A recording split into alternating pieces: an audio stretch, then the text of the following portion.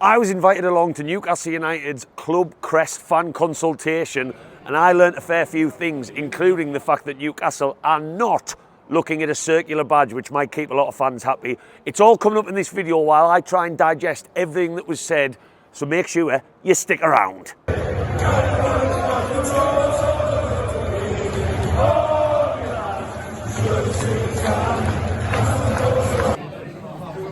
You would have probably seen them in that, on the shirt and all that, and not realising what it is. Right, Newcastle fans, just outside St James's Park, as you can see behind me, which is an iconic stadium for an iconic club with an iconic crest. Can't get my words out there.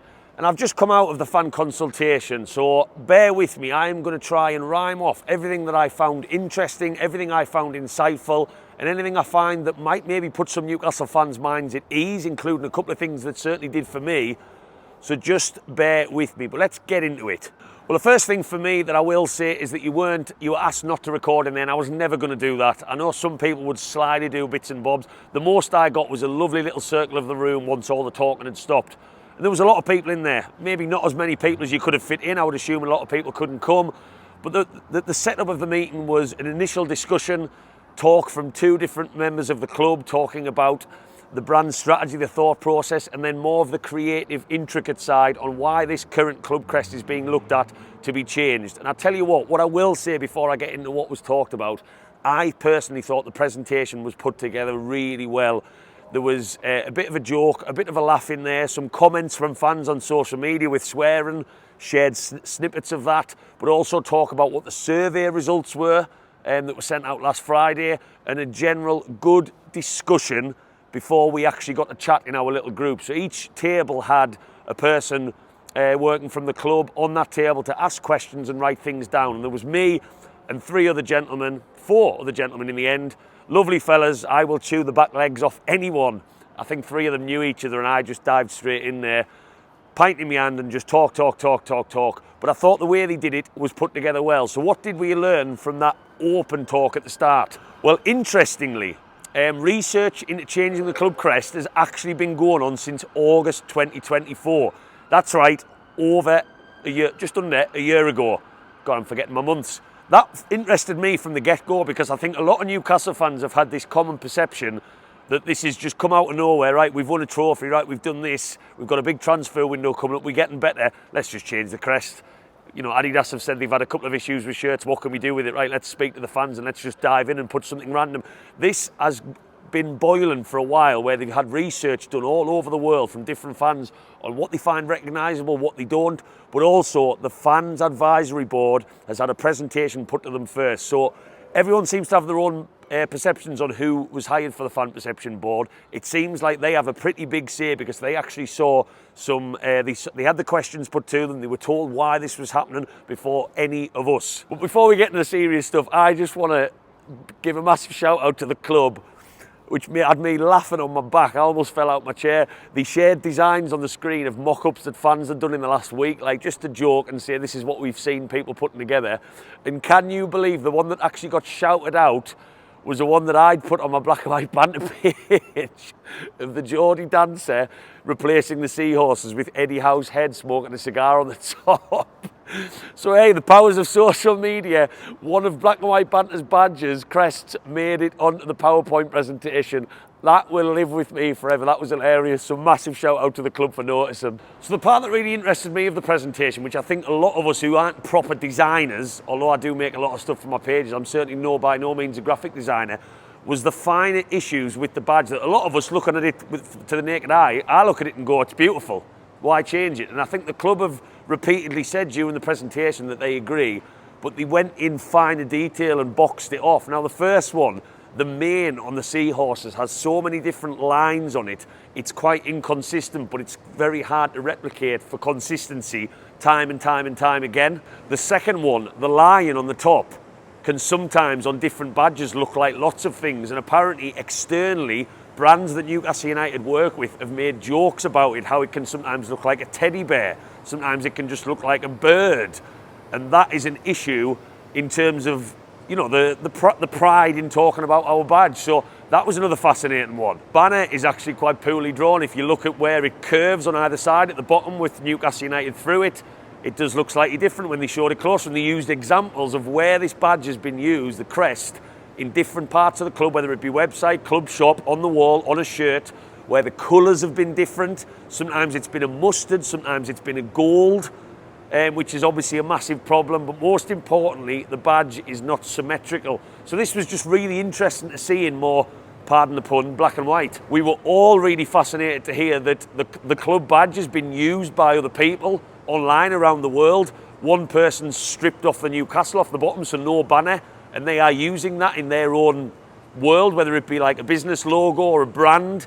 So it's very easily changed, you know, compared to other badges where you would have to strip a lot of it out where it wouldn't really make sense. But the seahorses and the shield are being used elsewhere, and there was up to 5 cases where a very similar badge taken from ours was being used around the world. Cheeky buggers. Now, next up was talk about the results of the survey that went out last Friday. Now, in my opinion, the main aspect of the survey that I think the club will have to listen to is which part of the crest needs to stay from most important to least important, and they share the results of that on the screen. Now, I don't think anyone would be shocked, I don't think most would be, to hear that the castle had been voted as the highest. Newcastle, very synonymous with our history. Behind that was the shield and the banner, which surprises me a little bit. The seahorses, again, synonymous with our original badge to now. I know we've had ones in between that didn't have one. Nowhere to be seen. So apparently, of the mass survey, seahorses, I don't want to lose them, and I said that on my table in our little mini discussion group. Seahorses would be quite high for me, but seahorses was not one of the top 3, and the banner being top really shocked me, to be totally honest with you. Another aspect that I think proves that social media isn't always real life, if this is true, is that 4 out of 5 people, 80%, basically agreed that they understood the issues with the badge and why Newcastle might be looking to update and reinvent it, redesign, update it. That shocked me, because if you go on Twitter, as I did on Friday, Saturday and Sunday, there was a bit of a meltdown in certain quarters of the fan base that people thought there was nothing wrong with it. Why change it? It hasn't been an issue up to now. So 4 out of 5 people agreed that maybe they could see the issues with the badge. Now the part that scared me a little bit, and I said that to my group on the table, the leak that went out on social media last week on the grey background, that updated badge with very unusual pointed looking seahorses, was actually true.